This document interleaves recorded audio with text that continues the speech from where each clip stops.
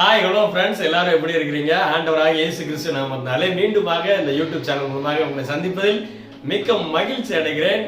அன்பானவர்களே, இன்னைக்கு இந்த நாளில் ஒரு சூப்பரான செக்மெண்ட், சூப்பரான ஒரு டாபிக்கோட கூட உங்களை சந்திப்பதில் மிக்க மகிழ்ச்சி அடைகிறேன்.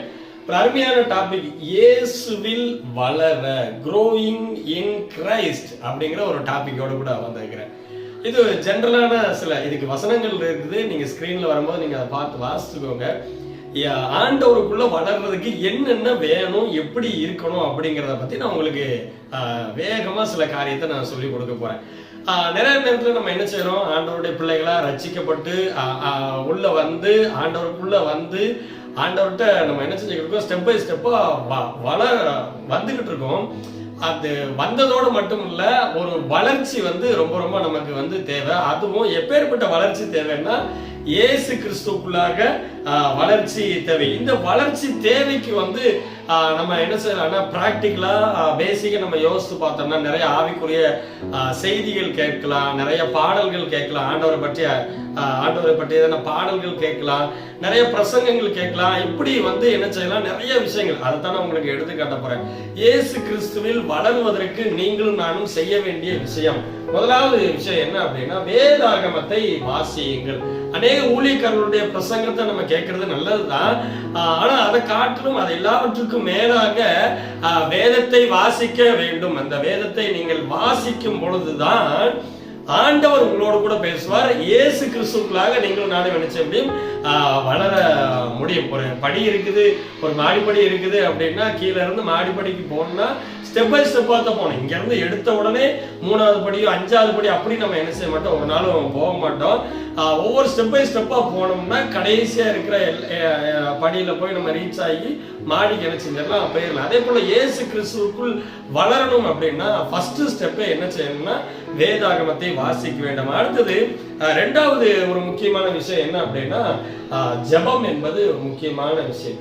வேதத்தை வாசிப்பதோடு மட்டுமல்ல, அதை நேசிக்கணும், தியானிக்கணும். இப்படிப்பட்ட காரியத்தை நம்ம வேதத்தை நம்ம வாசிக்கும் போது செயல்படணும். அடுத்த விஷயம் ஜெபிக்க வேண்டும். ஜெபம் என்பது மிக மிக முக்கியமான விஷயம். வேதத்துல பக்தன் சொல்றான், அந்தி சந்தி மத்தியான வேலைகளில் உம்மை துதிப்பேன் அப்படின்னு சொல்லி சொல்றாங்க. நல்லா கவனிச்சுக்கோங்க. நம்ம 3 வேளையும், காலை மாலை மதியம் 3 வேளையும் நம்ம என்ன செய்ய வேண்டும், ஆண்டவரை தேடுகிறவர்களாக காணப்பட வேண்டும்.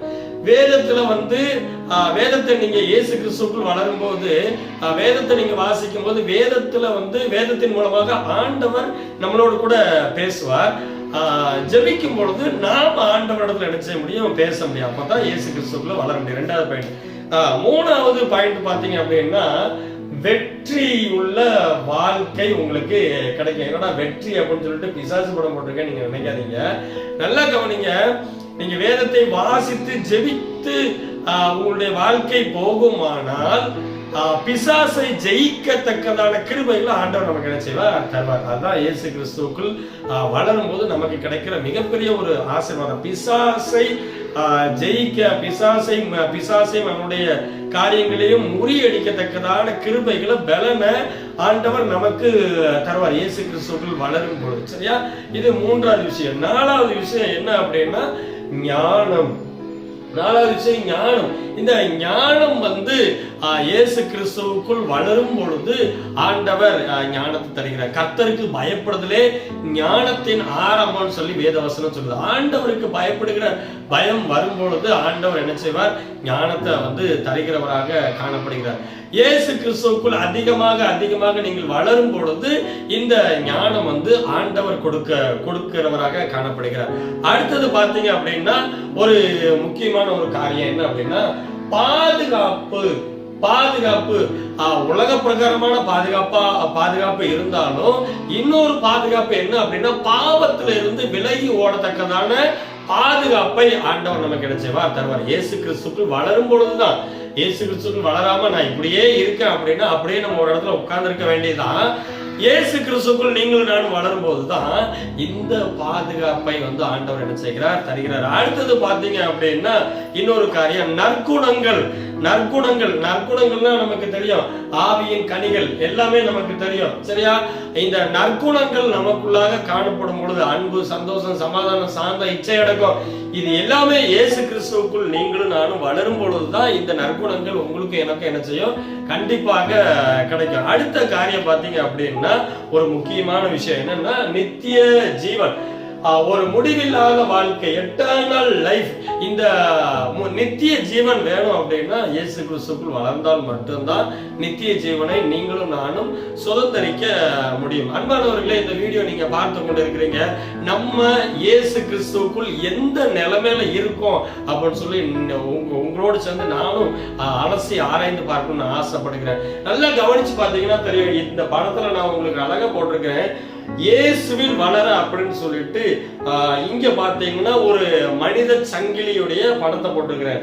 ஒரு குழந்தை பிறந்திருக்கு, அந்த குழந்தை வளருது, படிக்கிற பையனாகிறான், காலேஜ் படிக்கிற பையனாகிறான், திருமணம் முடிக்கிறாங்க, அப்புறம் அந்த 40 வயதுக்கு மேல, அப்புறம் இதுதான் ஒரு வளர்ச்சி. பாத்தீங்கன்னா நல்லா தெரியும், ஒரு அழகான ஒரு வளர்ச்சி. இதுல பாதியில ஒரு கேரக்டர் இல்லாம போயிட்டுன்னு வச்சுக்கோங்களேன், அது ரொம்ப ரொம்ப மோசமா இருக்கும். என்ன அதனால எதுக்கு சொல்றேன் அப்படின்னா, இயேசு கிறிஸ்துவுக்குள் நீங்களும் நானும் வளரணும் அப்படின்னா, நான் இப்ப சொன்ன இந்த காரியங்களை கரெக்டா நீங்க ஃபாலோ பண்ணுனீங்க அப்படின்னா அதுதான் ஒரு சூப்பரான வளர்ச்சி, அதான் ஒரு ஃபுல்ஃபில்லான வளர்ச்சி. இந்த வளர்ச்சி உங்களுக்குள்ள வேணும் அப்படின்னா நீங்க ஆண்டவர்கிட்ட கேட்கும் பொழுதுதான் ஆண்டவர் தர முடியும். ஆண்டவர் கொடுப்பதற்கு ரெடியா இருக்கிறார். என்னதான் கொடுக்கறதுக்கு, ஆசீர்வாதமா இருக்கட்டும், இல்ல ஆவிக்குரிய காரியங்களா இருக்கட்டும், எல்லாவற்றையும் கொடுப்பதற்கு ஆண்டவர் ரெடியா தான் இருக்கிறார். ஆனா நம்ம வேத வாசிக்கமா, ஜெபிக்கமா, பிசாசுக்கு எதிர்த்து நின்று வெற்றியுள்ள வாழ்க்கை வாழ்றோமா, இல்ல ஞானமுள்ள வாழ்க்கை நம்ம வாழ்றோமா, இல்ல நற்குணங்கள் உள்ளோட இருக்க பாதுகாப்பு, அதாவது பாவத்திலிருந்து பாதுகாப்பான வாழ்க்கை வாழ்றோமா, யோசிச்சு பார்க்கணும். நற்குணங்கள் நம்மளிடத்துல காணப்படுகிறதா?